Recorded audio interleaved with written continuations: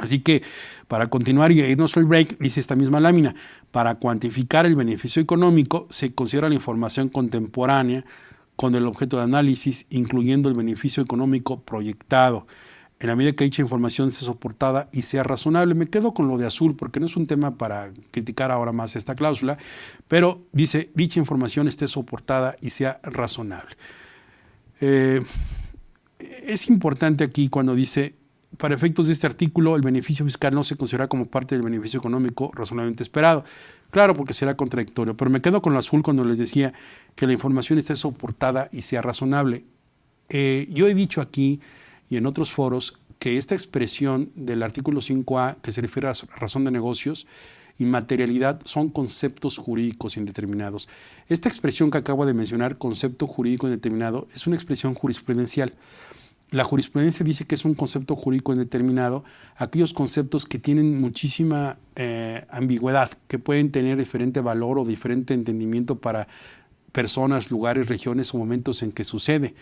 Una persona puede tener una noción de qué es la paz y el orden o el beneficio colectivos o la honradez. No es lo mismo la honradez aquí que en Monterrey, aunque debiera ser un valor universal para todos, pero me refiero a lo mejor a hacer negocios con ética o no ética o valores de ese tipo pueden tener diferentes concepciones. La cuestión de tener un negocio con ética o hacer negocios sin ética, yo comentaba hace poco con una persona en la que les decía las compañías de seguros. ¿Las compañías de seguros hacen negocios con ética? ¿Son negocios morales y éticos?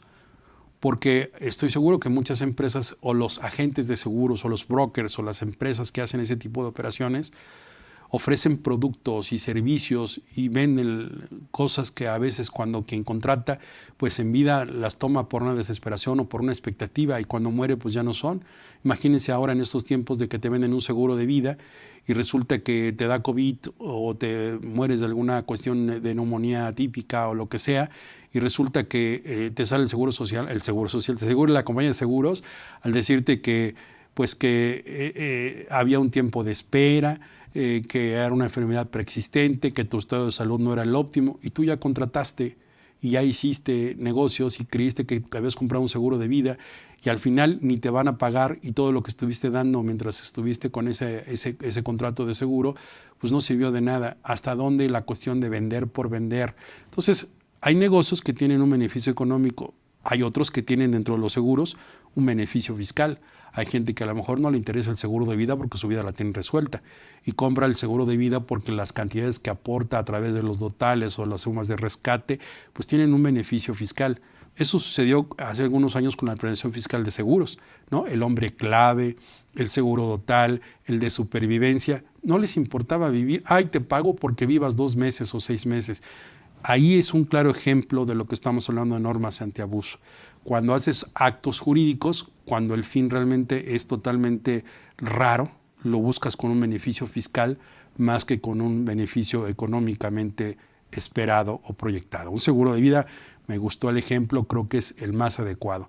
¿Quién compra o quién contrata seguros de vida? Y lo sumé con la parte de que las empresas que ofrecen estos productos pues también tienen un beneficio económico al promover y aprovechar una plataforma legaloide a través de los efectos fiscales que produce inducir a adquirir ese tipo de productos, entre otras gamas. Segunda parte de la materialidad de operaciones, que como dije es un tema sin lugar a dudas importante porque es de la trilogía que se tiene para 2021 en el sentido de que la autoridad no solamente estará buscando con este estreno de las facultades que tiene en el artículo 5A del Código Fiscal de la Federación, el de que una operación pueda carecer de razón de negocios y que produzca beneficios fiscales, sino que una vez que se haya hecho esto de la planeación fiscal, la ilusión como derechos que se hayan tomado en cuenta, pues esto sirva para poder tener un control de que ahora toda esa planeación, toda esa ejecución debe estar soportada, como decíamos en el 6º párrafo del artículo 5º que antes del break establecimos. Bueno, decíamos que tiene que estar soportada y que sea razonable. ¿Y qué es esto que esté soportada? Bueno, que se encuentre en documentos, que se encuentre tangible, que se encuentre por escrito, que todos los acuerdos que se vayan tomando para haber tomado esas decisiones estén en órdenes del día de asambleas, que estén en sesiones de actas de sesión de consejo, que estén tomados por acuerdos de la mayoría de los accionistas o por alguna cuestión de gobernanza corporativa que se haya diseñado en la empresa, y tener sobre todo el vestigio, tener los documentos que acrediten que se hizo o se dejaron de hacer ciertas acciones en la empresa o de trascendencia, con un motivo o con una explicación razonada, como lo definí en mi concepto de razón de negocios.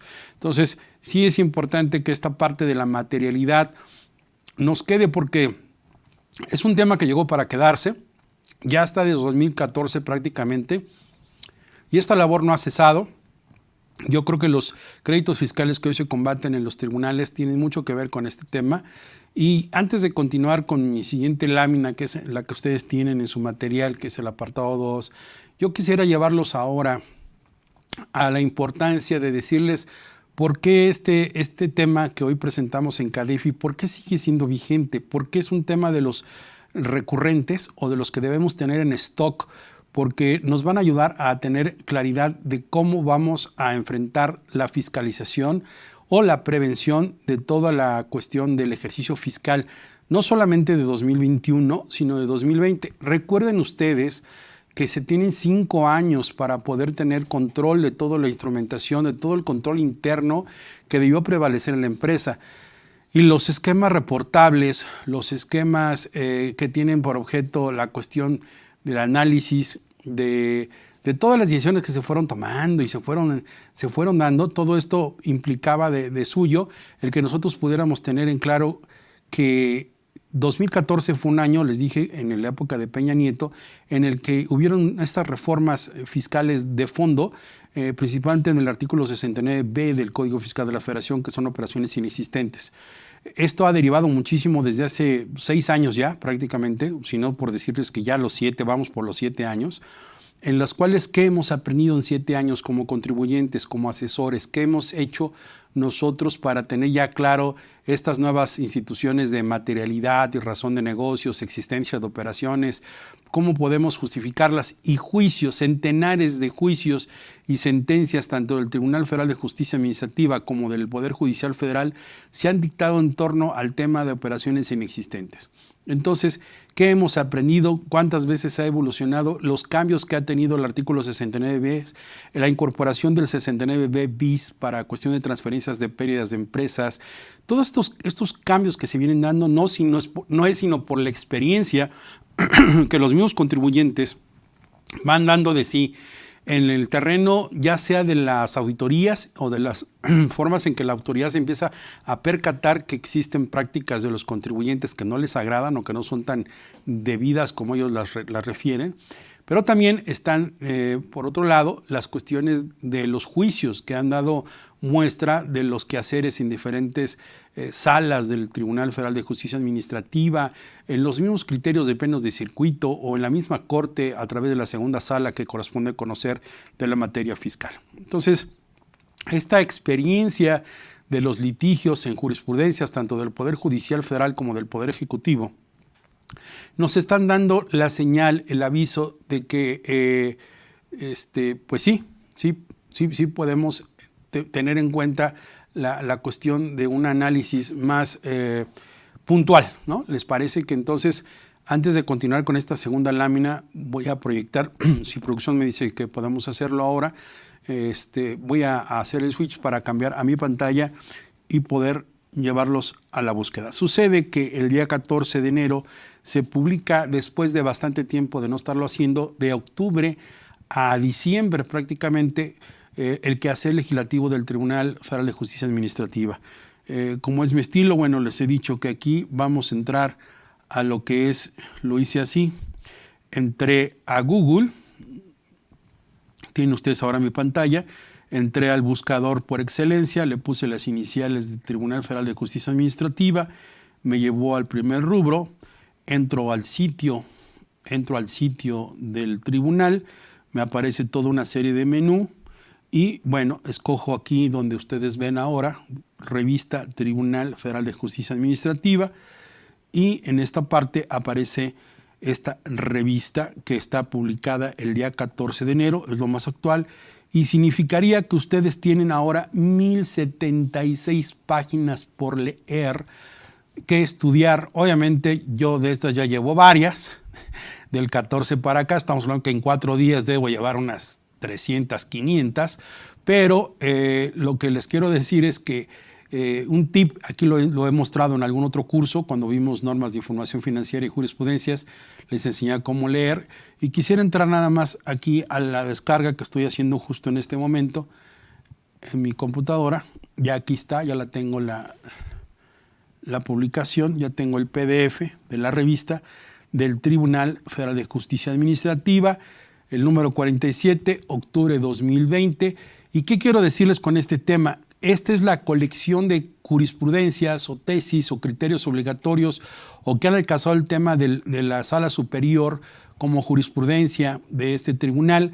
Y una explicación que quería, véanme un poco, pónganme atención un poco en este sentido de aclaración. ¿Por qué ver la jurisprudencia del Tribunal Fiscal, déjenme decirlo así, y no necesariamente la del Poder Judicial de la Suprema Corte de Justicia? Cuando hay un tema fiscal, cuando se está hablando de temas fiscales, lo primero que nosotros debemos conocer es que está la autoridad, llega el SAT o llega el Seguro Social, te hace una auditoría, te hace una revisión, y después de esa revisión, pues es claro que debe concluir, en el mejor de los casos, con éxito y no te pasa nada. Pero si te encuentran diferencias, tienen que adoptar lo que es la cuestión de un crédito fiscal que tenemos que combatir, tenemos que impugnar si nos causa una afectación. Cuando son temas novedosos o figuras nuevas que tienen que ver con recientes normas, con ciertos cambios legislativos, obviamente que la última instancia a la que tiene que llegar un juicio fiscal va a ser al Poder Judicial Federal. El Poder Judicial, que sería ya llegar hasta el amparo, pues obviamente va a tardar unos 2.5, 3 años en lo que empezó la auditoría y en lo que terminamos hasta allá, ya habrán pasado 3.5 años. Pero cuando llega la auditoría y hay un crédito fiscal, nos vamos al recurso de revocación y luego nos vamos al juicio de nulidad, ahí vamos apenas en el año número 1.5, 2 años, 2 años y medio, cuando tenemos el primer contacto de una autoridad tipo jurisdiccional, como lo será el Tribunal Fiscal, a través de sus salas regionales o metropolitanas. Ya vamos a tener el primer asomo, el primer acercamiento de cuáles son las impresiones que ya tienen los magistrados de este Poder Ejecutivo de los temas que se vienen planteando respecto a este tema, por ejemplo, de razón de negocios o de materialidad, operaciones. Y después de lo que se resuelva en los juicios de nulidad en el Tribunal Federal de Justicia Administrativa, si las sentencias son adversas a los contribuyentes, pues seguirá el juicio de amparo directo ya ante los tribunales colegiados del Poder Judicial Federal.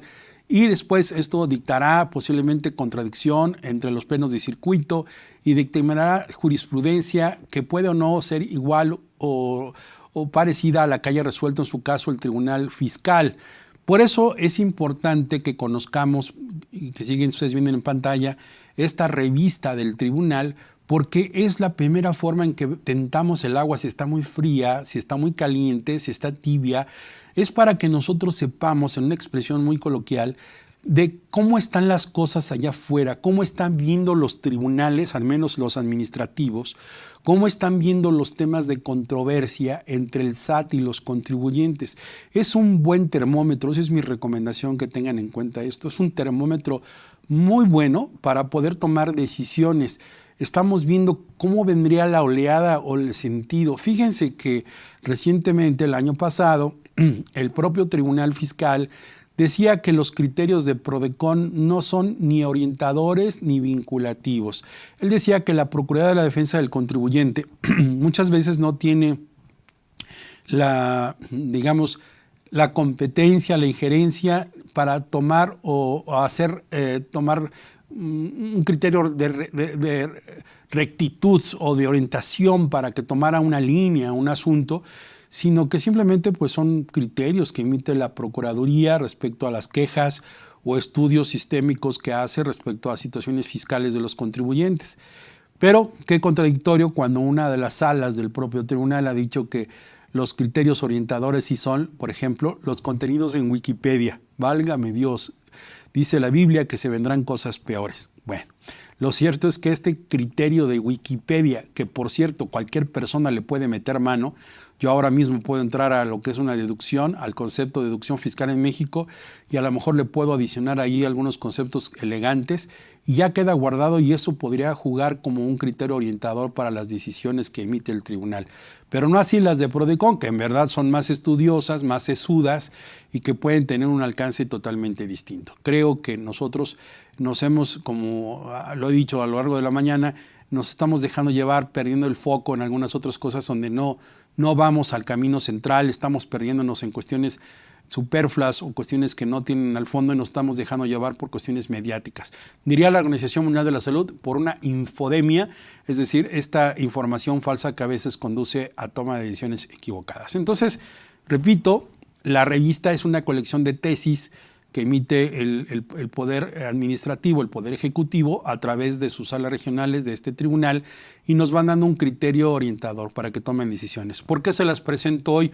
Porque estoy hablando de razón de negocios y materialidad. Y al estar hablando de razón de negocios y materialidad, es necesario acudir qué es lo que se está diciendo hoy en día todavía en pleno 2020, estoy hablando de octubre, del año pasado, y lo que va a suceder en este 2021. Muchos casos de aquí ya estarán ahorita por resolverse en 2021 en el Poder Judicial Federal, y tomaremos, y para enseñarles de cierta forma cómo se usa, no tendríamos que buscar la página 1, vamos a ver mi proyección, no tendríamos que estar buscando la página 1 porque no van a acabar nunca. Aquí el contenido es la jurisprudencia de la Sala Superior, los precedentes, los criterios aislados de las salas regionales, los acuerdos jurisdiccionales, índices generales. Mi sugerencia es que siempre nos vayamos al último.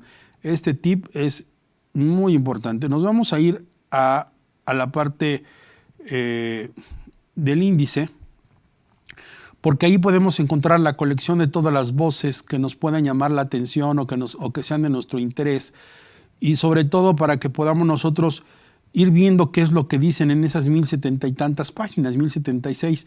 Todos estos criterios que los voy a proyectar ahora aquí con ustedes, no nos hace daño que las podamos revisar, porque es la forma en que yo sugiero que tengamos conocimiento de cómo se debe revisar la revista. Aquí está. Estoy en la quinta parte, índices generales. Viene por una cuestión alfabética y vienen primero de la sala superior y luego las salas regionales. Entonces estoy viendo de la jurisprudencia de la sala superior. Y aquí, bueno, pues me está diciendo que hay una tesis que dice acuerdo por el que se delegan atribuciones para trámites migratorios, creo que no son agravios inoperantes, son los planteados por el actor en sus alegatos y que pudo haber formulado en su demanda, boleta de infracción, emplazamiento, mercancías, notificación. Y miren, por eso quise traerlos hoy. No crean que fue por alguna razón. Esto se publicó el 14 de enero. Esta es una prueba para ustedes de que en CADEFI tenemos la información más oportuna. Se salió el día 14 de enero, prácticamente el viernes 15 se publica, y hoy lunes lo tienen ustedes fresquecito. Esto todavía no circula mucho en redes, no hay nada, y CADEFI siempre a la vanguardia, dándoles información. Ya tenemos recientemente un criterio más de razón de negocio. ¿Se dan cuenta que esto no acaba? Esto siempre es dinámico, es constante, está en evolución. Por eso este tema de hoy, 18 de enero, pues toma mayor relevancia, porque les estoy mostrando el criterio más actual que existe en el Tribunal Federal de Justicia Administrativa respecto al tema de razón de negocios. Y dice, razón de negocios, la autoridad puede considerar su ausencia como uno de los elementos que la lleven a determinar la falta de materialidad de una operación, caso en el cual la carga probatoria para demostrar la existencia y regularidad de la operación corre a cargo del contribuyente. Es la jurisprudencia, fíjense lo que estoy analizando, este es como decir de Dios Padre Todopoderoso del mundo fiscal, de jurisprudencia de la sala superior, o sea, la vox Dei, la voz más autorizada, la voz de Dios, y no hablo de cuestiones religiosas, hablo en cuestión de latín, vox Dei, hablo en voz de Dios, la voz suprema, de decir que es jurisprudencia de la sala superior cuando hablamos de este criterio, razón de negocios. la autoridad puede considerar su ausencia. Está en la página 59. Y aquí, ya nada más para no, puedo seguir leyendo todo este tema, acreditamiento, actas, adquisiciones, buzón tributario, causal de improcedencia, todo esto. No me interesa ahora porque yo quería llegar a este tema de la razón de negocios, que es lo que yo leí apenas el viernes. Les digo, apenas llevo como 500 páginas de lo que he estado leyendo, revisando, y voy a irme a la página 59, que es lo que yo quiero mostrarles a ustedes el día de hoy. En la página 59 me está diciendo que existe el criterio de razón de negocios, que es lo que vamos a leer, que es lo que firmó como jurisprudencia esa sala superior. ¡Qué caray! Control F más rápido. Es página 56 o 59 dije. Uy, no. Me va a llevar a muchos resultados. Aquí, subo. Listo.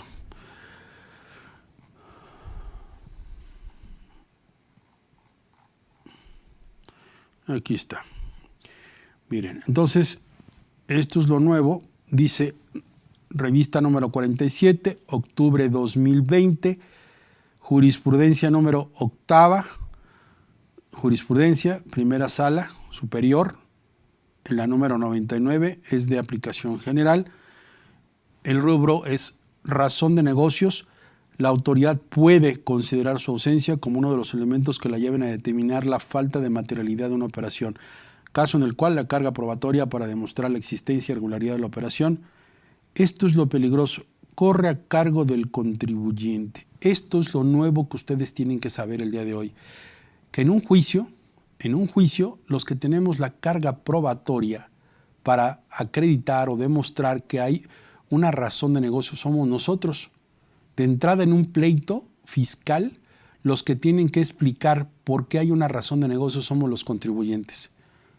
Entonces se dan cuenta la importancia no solamente de la razón de negocios, sino que va ligado con el tema de materialidad. Y esta materialidad, que es lo que vamos a leer enseguida, tiene que estar totalmente perfecta para explicar lo que hicimos o dejamos de hacer para tomar una decisión. Veamos con esta tesis. Y como es importante, ustedes saben que me molesta leer láminas, no es mi estilo, siempre uso, pero aquí es necesario leer porque no es una explicación, aquí es un texto donde tenemos que ir parte por parte de la tesis. Y por lo nuevo, que estoy hablando del viernes al lunes, o sea, maravillosa publicación, ¿verdad? Que así de más fresquecita no la van a poder tener.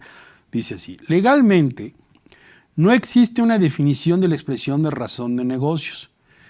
¿Qué decíamos en la mañana? No existe. No hay una definición de razón de negocios, nada más dice carecerán los actos jurídicos que carezcan de una razón de negocios y que tengan un beneficio fiscal, pero no hay todavía una ley que diga qué es la razón de negocios. Yo les acerqué una definición mía, recuerdan en las láminas que les proyecté, pero esto como es un antecedente que ya viene atrás de esta tesis, cuando esto salió la primera vez no había un artículo 5A del Código Fiscal de la Federación, por eso comienzo a decir esta tesis, comienza a decir que no hay una definición legal. No la hay, pero no la había. Entonces, pero así empieza diciendo, ¿no? Legalmente no existe una definición de la expresión de razón de negocio. Sin embargo, y les dije yo que ese término yo lo había escuchado desde hace más de 25 años, ¿no? En la jerga financiera se entiende como el motivo para realizar un acto al cual se tiene derecho relacionado con una ocupación lucrativa y encaminado a obtener una utilidad, es decir, se trata de la razón de existir de cualquier compañía lucrativa que implica buscar ganancias extraordinarias que beneficien al accionista y propicien generación de valor, creación y desarrollo de relaciones de largo plazo con clientes y proveedores. Según esto es lo que está diciéndonos la tesis de jurisprudencia que debe entenderse según la jerga financiera, que es razón de negocios. O sea, pareciera que si nosotros buscáramos en un diccionario financiero, en un diccionario económico, podría decirlo así, si buscáramos qué es razón de negocios, sin lugar a dudas esta ejecutoria, esta resolución de la tesis, pues nos llevaría a esto que acabamos de describir, dice. Ahora bien, el contenido de la tesis, fíjense, la 47/2009, emitida por la Suprema Corte de Justicia, o sea, aquí ya hay un criterio, dice, puede válidamente concluirse que las razones de negocio sí son un elemento que puede tomar en cuenta la autoridad, que puede tomar en cuenta la autoridad fiscal para determinar si una operación es artificiosa y que en cada caso dependerá de la valoración de la totalidad de los elementos que la autoridad considere para soportar sus conclusiones sobre reconocer o no los efectos fiscales de un determinado acto. Fíjense, esta tesis nos está diciendo si debe reconocer o no los efectos fiscales, no de recaracterizarlos, que es una cuestión que sí se regula ya en el artículo 5 del Código Fiscal de la Federación como una de las intenciones que le ayudan a entender esta figura, ¿no? Por ello, la ausencia de razón de negocios sí puede ser aducida por la autoridad para determinar la inexistencia de una operación, siempre y cuando no sea el único elemento considerado para arribar a tal conclusión. Como les dije hace rato, hay que saber leer lo que estamos leyendo, valga la explicación redundante. Cuando nosotros decimos, voy a bajar el contenido para que lo puedan leer sin mi voz, para no inducirlos, en lo que yo me hidrato un poco, por favor, lean de aquí, donde dice, por ello, la ausencia.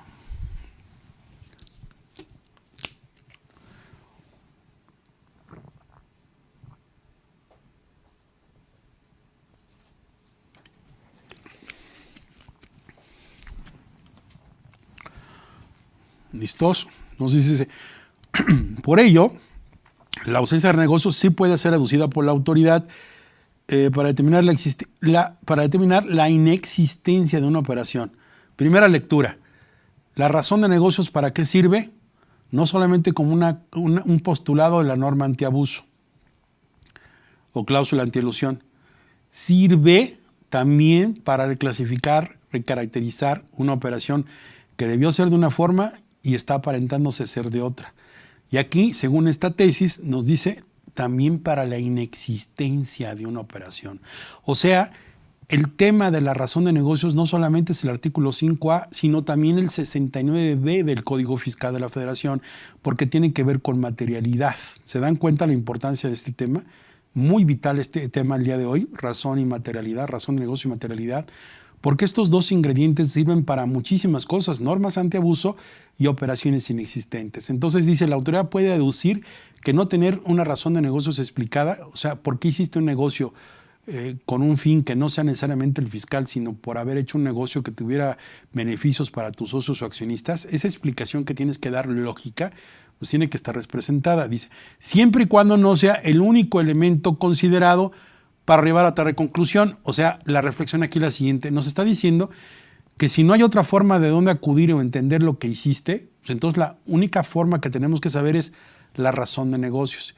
Y yo aquí les voy a dar un tip, porque para eso venimos, ¿verdad? Para estar aquí enterándonos de qué es lo que hacer. Cuando ustedes tengan una planeación fiscal que hayan implementado o que vayan a implementar, que vayan a operar en sus empresas, mi primera recomendación es, díganle a los abogados o a los asesores fiscales, a quienes están detrás de toda esta toma de decisiones técnicas, que deben dar al menos nosotros lo que hacemos en la firma es dar una explicación o un tipo de ficha técnica, un estudio de factibilidad, un estudio de viabilidad al proyecto que se va a hacer. Se tiene que explicar al empresario, ¿verdad?, por qué sugerimos que se hagan ciertas acciones y cuáles son los fundamentos legales que se tienen para ello. Y después creamos nosotros lo que le llamamos así, es una ficha técnica. Esa ficha técnica que yo como abogado le he intitulado así es la explicación de la razón de negocio. Es decir, tratamos de hacer en una cuartilla y media o anverso y reverso de una hoja la explicación por qué se están haciendo las cosas, por qué se están dejando de hacer, con qué se están tomando las decisiones, cuáles son las expectativas que se esperan.